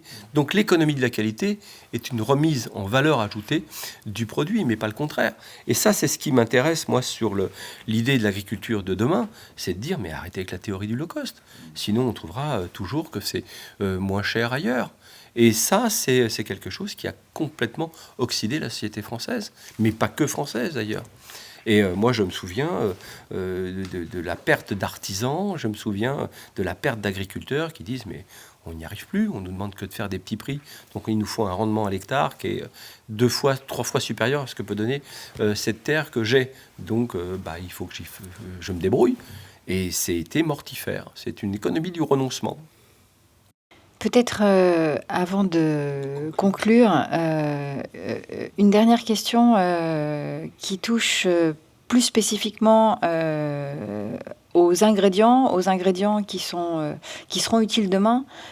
Question d'un téléspectateur aussi que je trouve intéressante, mais sur lequel vous pourriez peut-être répondre assez vite. Quels sont les ingrédients méconnus ou sous-utilisés que vous pensez devoir intégrer demain davantage dans la cuisine du futur pour leur valeur nutritionnelle ou leur impact environnemental réduit? D'abord, il faut vraiment demander aux agriculteurs d'essayer de voir comment on peut augmenter nos capacités à faire du végétal pour nos propres animaux et pour nous-mêmes. Et puis, je crois beaucoup à la protéine végétale, au blé, aux pois chiches, aux lentilles, parce que ce sont des protéines végétales extrêmement attractives en termes de transformation. C'est de la pâte, hein, ça a des millions d'années. Hein, c'est-à-dire que si on regarde, encore une fois, le sétan ou autre, ça a des millions d'années. Mais je pense que sur le relief, dans l'agriculture française, on peut avoir ces compétences. D'ailleurs, on a les sols pour le faire. Et c'est pas des sols très compliqués à entretenir. Donc, je ne suis pas un spécialiste des sols, mais je vois bien quand il y a du lin, quand il y a du lupin, quand il y a du blé, quand il y a de la lentille, du pois chiche, tout ça peut très bien vivre ensemble. Et aujourd'hui, ce qu'on voit arriver dans nos assiettes, qui est une alternative, hein, qui n'est pas un remplacement. Là aussi, je suis un fervent défenseur des éleveurs, parce que dans notre reflet, dans notre relief, dans nos paysages, ça a du sens. Et puis une très belle viande, un très bon produit.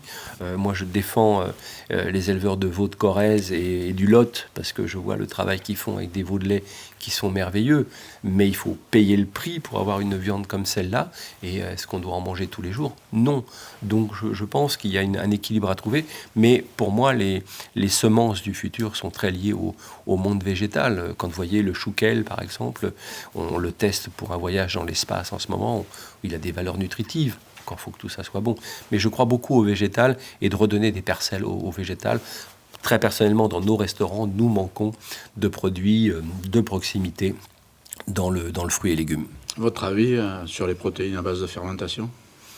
C'est intéressant, c'est une démarche intéressante, mais je la trouve un peu moins intéressante, peut-être parce que je la connais moins, que le blé, la lentille, le pois chiche, qui aujourd'hui, quand je vois... D'ailleurs, il faut regarder un peu les investissements autour. Aujourd'hui, je vois quand même des belles maisons qui se préparent à transformer de la protéine végétale dans les meilleures conditions possibles. Et c'est assez cher de le faire aujourd'hui, mais je pense que le prix diminuera. Encore une fois, c'est un juste équilibre, je pense, dans notre alimentation. Cette règle des 80-20, 80% végétal, 20% protéines animales. Finalement, si je regarde le passé, même le monde agricole du passé, c'était un peu le cas du 19e siècle, la viande au bon moment, le poisson au bon moment, les œufs au bon moment. Tout ça était un équilibre alimentaire. D'ailleurs, on voyait les gens mourir d'autres choses, d'autres pathologies, mais pas de celle forcément du diabète ou du cancer de telle ou telle chose. Et je pense qu'il y a un lien très fort à manger plus de végétal. En une phrase, avant de passer la parole à Dominique, pour vous, qu'est-ce que représente la coopération et le mot coopérer finalement dans le secteur alimentaire ? Ce que représente la coopération, c'est l'essentiel. C'est les uns avec les autres, jamais les uns contre les autres. La coopération, c'est ça. Coopérer, c'est de partager dans un tronc commun des connaissances, des compétences et des produits pour le bien de tous. Donc, j'ai pas d'autre chose à ajouter, je veux dire. Et dans cette coopération, il y a l'idée de l'équilibre qu'on a évoqué tout à l'heure sur l'équilibre économique, mesurer la croissance d'une coopération parce qu'elle doit être durable, donc elle doit aussi générer du revenu, mais mesurer aussi son impact social, environnemental. Ça, c'est quelque chose de très important. C'est peut-être d'ailleurs le modèle d'entreprise qui devrait nous inspirer plus largement. Merci, Monsieur Marx. En tout cas, nous, on en est convaincus. Merci Thierry Marx, d'avoir été notre premier invité des entretiens, ce qu'on va qualifier maintenant les entretiens de Sedaine. Merci d'avoir inauguré cette identité.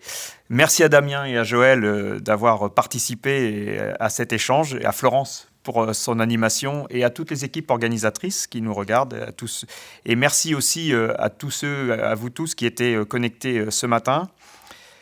L'objectif de ces entretiens est de partager des réflexions essentielles pour éclairer notre compréhension des enjeux alimentaires et agricoles qui finalement façonnent notre société et son avenir. Il en a été très largement question.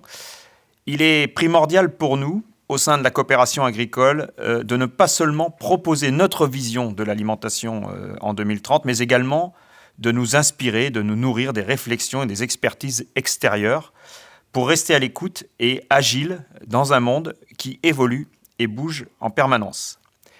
Ces entretiens s'inscrivent dans une démarche plus vaste, entamée l'année dernière avec le lancement d'une consultation de la jeunesse pour imaginer la France alimentaire de demain. Ils sont un deuxième volet de cette démarche qui a pour ambition de nous apporter des éclairages supplémentaires et nous permettre de préciser nos engagements et nos missions en résonance avec notre raison d'être, bâtisseur solidaire, d'une alimentation durable et de territoires vivants. Ce que je retiens de nos échanges de ce matin, très, désordonnés sans doute, vous avez dit que nous avions un problème de souveraineté alimentaire et que l'alimentation aujourd'hui était un vecteur de fracture sociale. Je pense que ça, c'est des sujets évidemment que nous partageons. L'alimentation de demain se construit aujourd'hui et elle se construit avec un pouvoir public qui doit être inspirant, qui doit être fixé un cap, mais qui doit être aussi un régulateur. Et l'éducation des plus jeunes par l'alimentation est un élément refondateur de ce que vous appelez aujourd'hui la réforme ou la recomposition de nos structures sociales. Le prix n'est pas la valeur est ailleurs. La valeur, elle est finalement l'impact social, environnemental, nutritionnel, vous l'avez dit, et elle se mesure sur l'ensemble de la chaîne alimentaire. Et l'alimentation ne peut donc pas être la variable d'ajustement du budget des ménages quelque part. L'accessibilité prix, qui est une vraie question, à la croisée finalement de la valeur de l'alimentation et du pouvoir d'achat ou du pouvoir d'acheter. Et vous avez également dit que derrière nous, il y a le monde de l'hôtellerie, de la restauration qui sont prêts à défendre ce modèle agricole et cette alimentation, entre guillemets, à la française. Et finalement, dans votre dernière intervention, avec l'esprit de la coopération et de coopérer ensemble. Enfin, sur les questions d'attractivité, qui sont aussi essentielles, vous le caractérisez à travers des capacités d'épanouissement à la fois sociales et économique et qui passe donc par la rémunération, de l'ensemble de la chaîne alimentaire, mais des agriculteurs en particulier. Alors vous l'avez compris, ces échanges ont une grande importance dans notre démarche stratégique au sein de la coopération agricole. Notre vision 2030 s'articule autour de la construction d'un avenir alimentaire durable et équitable en accord avec nos valeurs fondamentales.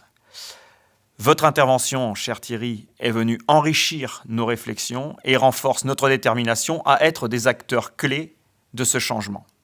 Merci encore pour cet échange et pour ces propos très inspirants. Merci. Merci Dominique, merci infiniment Thierry Marx. Notre prochain rendez-vous pour les entretiens de Sedaine se tiendra le 15 mai à 18h et nous parlerons de financement et de transition écologique avec Antoine Bueno, qui est un conseiller au Sénat et auteur de « Faut-il une dictature verte ?» Et donc, je vous donne rendez-vous le 15 mai à 18h.